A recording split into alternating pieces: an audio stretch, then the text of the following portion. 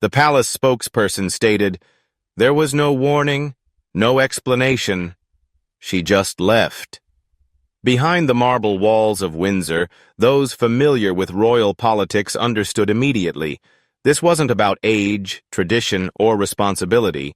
It was a message, unmistakably stamped with Queen Camilla's influence. Weeks of preparations had gone into a grand state banquet designed to bring together diplomats, dignitaries, and select royals, symbolizing continuity and unity under King Charles's reign. Princess Charlotte, always poised and mature beyond her years, was said to be excited about her role. Tailors were fitting her dress, and protocol officers arranged her seat beside her father. This was meant to be the young princess's coming-of-age moment, until suddenly it wasn't. Her name vanished from the guest list. Her seat was removed. Palace staff were instructed not to mention her at all. Even her name was erased from briefing materials. When a senior aide quietly asked why, the response was curt and final. Her Majesty preferred a more streamlined event. Her Majesty meant Camilla. This wasn't merely a slight, it was a calculated move in the monarchy's quiet power struggle. A battle fought not with swords or speeches, but through etiquette, guest lists, and public appearances. This time, the target wasn't Catherine or Prince William, but a child. However, Camilla had underestimated one thing. Catherine wasn't going to let this slide, not when her daughter was being used as a pawn in a war she never asked to join. When Charlotte was excluded from the palace table, Catherine made her own choice. She wouldn't boycott the banquet or throw a tantrum. Instead, she arrived determined to make a statement Camilla hadn't anticipated. With grace, strength, and the world watching, Catherine effectively shut Camilla down. By the end of the evening, all attention was on her, not Camilla. Windsor Castle looked more magnificent than ever, with red carpets rolled out and chandeliers sparkling like frozen fireworks. The guest list read like a who's who of global nobility, diplomats, and media elites. This was no ordinary dinner. It was a carefully staged performance meant to bolster King Charles's image as a unifying leader amid global uncertainty. Yet, the most awaited guest was someone who never stepped foot inside. Princess Charlotte was meant to attend. For weeks, insiders whispered that the king planned to spotlight the younger generation of royals, especially Charlotte, whose grace and composure had drawn comparisons to Queen Elizabeth and her grandmother, Princess Diana. At just 9 years old, Charlotte carried herself with a maturity that captivated everyone. Only months earlier, she had joined a diplomatic banquet with her mother and brother, earning praise for her posture, eye contact, and poise. Many expected this dinner to mark her next silent debut, a symbolic step toward the future queen. Everything seemed set. Her name was on the internal seating charts. Charlotte's gown had been specially made for the occasion. Catherine had even talked with her aides about how important it was for Charlotte to witness the workings of the institution firsthand. Yet just 3 days before the event, the unthinkable happened. Charlotte was removed from the guest list. The official explanation, delivered with forced smiles and tightly controlled press statements, was that she didn't hold a senior enough rank and allowing her to attend would set a difficult precedent. But the hypocrisy was clear. Only months earlier, Prince George had attended a similarly formal event. Throughout Queen Elizabeth's reign, even younger royal children were present at official gatherings. The rules weren't just changing, they were being rewritten. And this move targeted only one child. A senior courtier revealed that King Charles was not behind the decision. The order came straight from Camilla's office. She was adamant. According to the courtier, Camilla wanted the evening focused solely on the current reign, not future heirs. She saw the banquet as a diplomatic occasion, not a family gathering, and made it clear Charlotte's attendance was off the table. Many inside the palace didn't buy that reasoning. "She's threatened by Charlotte," a former aide told a reporter on condition of anonymity. "That can't be said publicly, but everyone knows it. Charlotte is beloved. She's like Diana reborn." That kind of natural charisma can't be taught or controlled. Camilla has spent years trying to make the public forget Diana, but Charlotte is a constant reminder that it will never happen. This wasn't the first time Camilla allegedly blocked Charlotte from key public appearances. Earlier this year, Camilla's team was accused of pushing to keep the young princess out of a major charity event, fearing she would steal the spotlight. While that claim was quietly dismissed as rumor, this banquet was the first clear proof that efforts were underway to dim Charlotte's presence. Catherine took the message loud and clear. This was more than just one dinner. It was a warning shot, a deliberate move to reassert control over who gets visibility and favor in the royal family. Behind palace walls, tensions were reaching a breaking point. Catherine had long played by the rules, but when it came to her daughter, she refused to stay silent. No matter how many crowns Camilla wore, she had done the unthinkable, making a child the casualty of royal politics, and Catherine wasn't about to let it slide. According to insiders, Catherine's demeanor shifted the moment she heard the news. The calm and composed Princess of Wales, who had spent nearly a decade mastering the art of restraint, knowing when to speak up, when to bow her head, and when to accept insults gracefully, was different this time. Because this wasn't about her, it was about her daughter. Palace sources say the final blow came from a top aide just after the last rehearsal. The message was clear. Her Royal Highness, Princess Charlotte, would no longer be attending the banquet, as per a new protocol directive from Queen Camilla's private office. There was no discussion, no warning, just a polite dismissal masked as formality. Catherine didn't raise her voice or shed a tear, yet some observers say her silence spoke louder than any outburst. She set the papers down, took a deep breath, and with her trademark grace and resolve, simply said, "This isn't about procedure, it's personal." Within minutes, she called her senior aides for a private meeting behind closed doors, no one else allowed in. A close confidant later revealed hearing words like spite, jealousy, and Diana coming from within. The insider said Catherine was furious, but in a calculated way. She is strategic. When Catherine is upset, it's the quiet, simmering anger that unsettles everyone around her. You could almost feel the tension in the air. Something had snapped. That evening, she reportedly called her husband, Prince William, who was overseas on official duties. Though enraged, William urged her to stay calm and not give Camilla the reaction she was hoping for.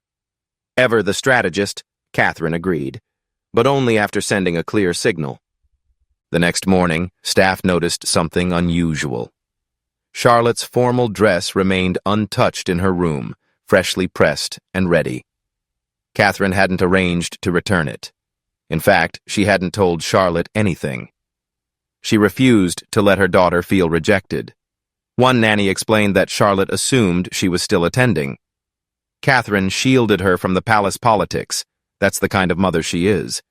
But as a princess herself, Catherine understood the deeper implications. This was not just about a 9-year-old being sidelined. This was about control. Camilla had drawn a clear line, and now everyone waited to see how Catherine would respond. Behind closed doors, Catherine made her decision not to confront Camilla head-on just yet, knowing that would only fuel headlines. Instead, she planned to fight where it mattered most, in public. Camilla wanted to shine that night, but Catherine had a different plan. She acted not only as a protective mother, but as a future queen, defending not just her daughter but the legacy of the monarchy. To understand why Camilla would target a child, a 9-year-old beloved across the Commonwealth, you first have to grasp the shadow that has followed her for nearly 4 decades.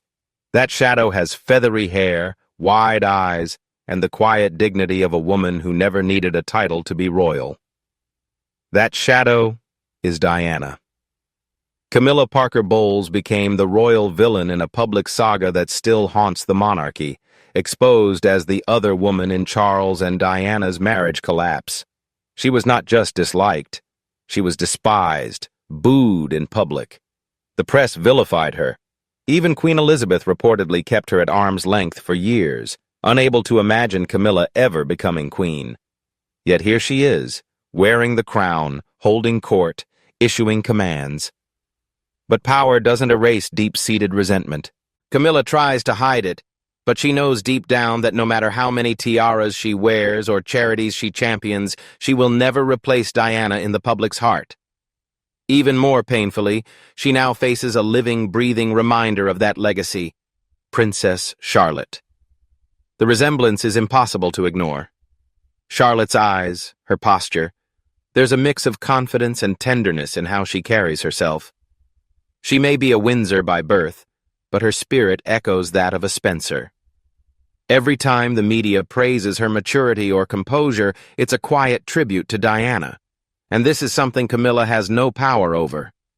Within palace circles, it's been whispered for some time that Camilla finds Charlotte's visibility troubling. She has pushed Charles's aides to tone down the attention on the young princess, especially after Charlotte's overwhelming popularity during the late Queen's funeral. Images of her solemn stance beside her mother, dressed in black, went viral, even outshining senior royals. Sources say that moment tested Camilla's patience like never before. Camilla has fought for years to earn acceptance, and just as she started feeling secure, this child captured the public's heart just as Diana once did. It may not seem reasonable, but to Camilla, it's deeply personal. Charlotte's exclusion from the luncheon was less about protocol and more about reclaiming the spotlight, a power play disguised as etiquette, meant to remind everyone who's really in charge. But Camilla made a critical mistake. She forgot what the public sees when they look at Charlotte.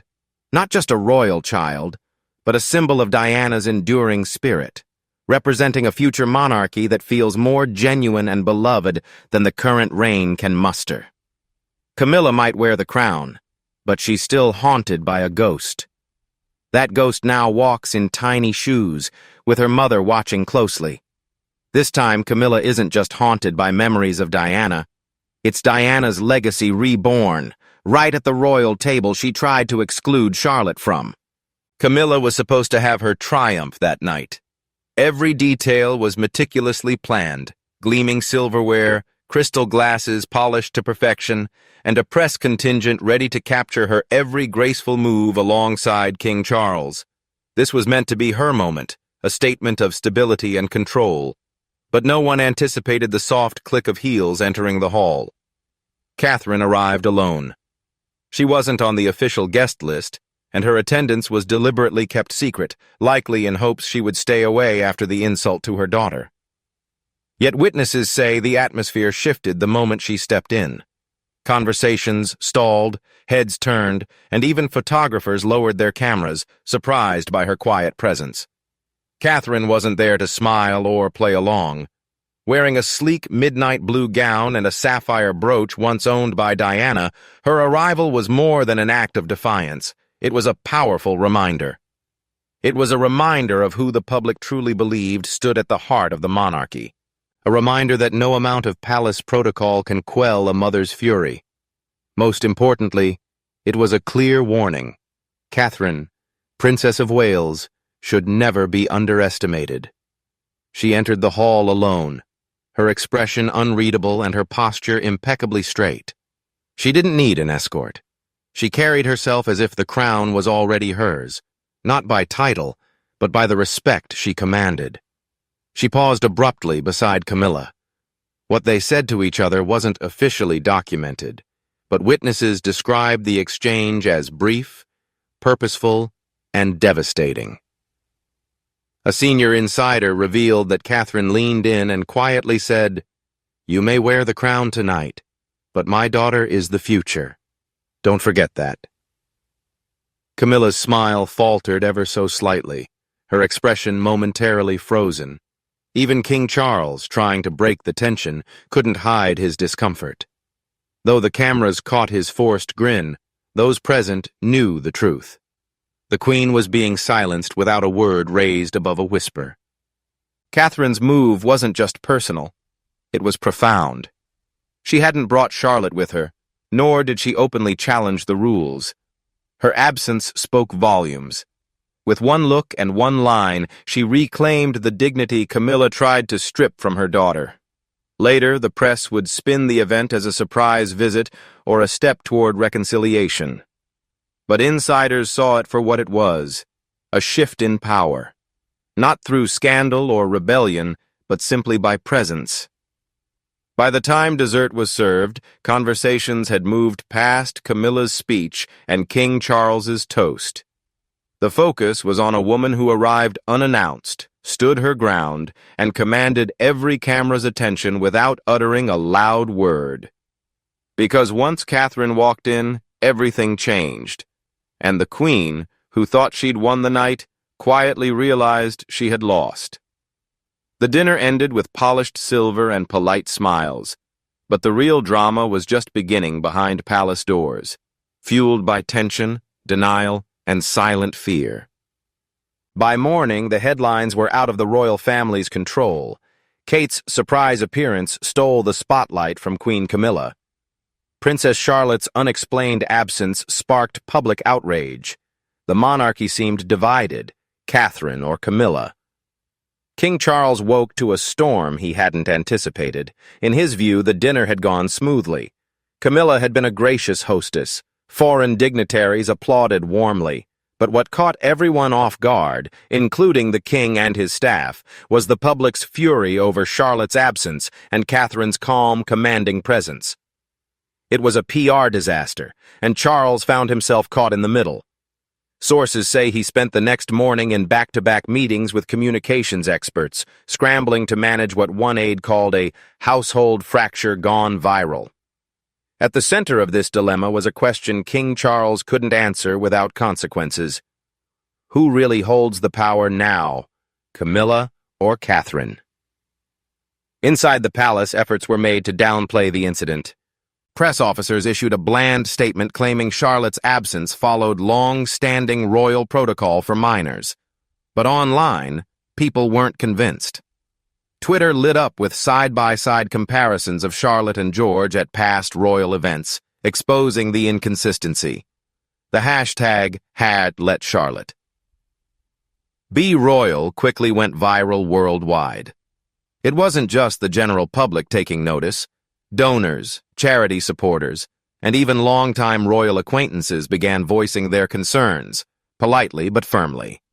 One leaked message from a prominent UK organization read, "The optics surrounding the Queen Consort's treatment of the Princess of Wales and her daughter are damaging. We strongly recommend reconsideration." King Charles found himself trapped. Supporting Camilla risked alienating the younger generation, the very group his reign sought to win back. But siding openly with Catherine could undermine the very woman he had fought so hard to legitimize. Privately, Charles reached out to William hoping to broker peace, but according to insiders, the conversation didn't go as planned.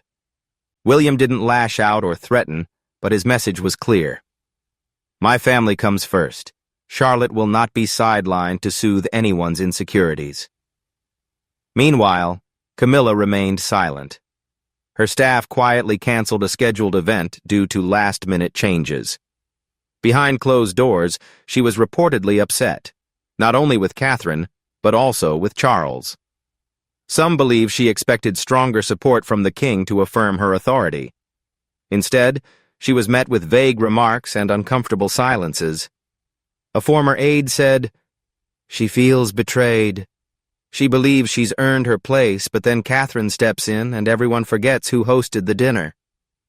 For Camilla, invisibility is her greatest fear, and that nightmare was unfolding. In just one evening, the carefully constructed image of a united royal family shattered. Charles, who was supposed to hold it all together, found himself caught between the woman wearing the crown and the woman the public already calls queen. Two competing kingdoms, one throne, and at the center of it all, a child. Charlotte never even set foot in the room, yet she changed everything. She never spoke or appeared, but Princess Charlotte disrupted a meticulously planned evening, exposed a deep divide the crown desperately wanted to hide. This wasn't about having a seat at the table. It was about something much bigger: visibility, legitimacy, and legacy. In Charlotte, the public sees more than a child. They see the passion of Diana, the steadiness of Elizabeth, and the quiet strength of Catherine, all converging into a single, resolute future. That's what makes her powerful. And for those behind palace walls, power in the hands of the next generation is a threat that must be controlled. But Camilla's attempt to silence Charlotte backfired spectacularly. By excluding her, the queen consort not only sent a message, but ignited a symbolic battle, one where absence spoke louder than presence. And one mother's choice to show up alone shattered the illusion of unity in front of the world's cameras. King Charles now leads a country divided, not by rebellion, but by loyalty. The people have made their choice, and it doesn't favor the current queen. Charlotte may be young, but her name is already etched in the monarchy's future, not as a passive heir, but as the child who reminded a centuries-old institution that no one, not even a queen, can erase what the nation has decided to cherish. Once again, love has found its crown, not on Camilla's head, but in Charlotte's quiet, confident smile. The royal balance has shifted, and the youngest Windsor has tipped the scales.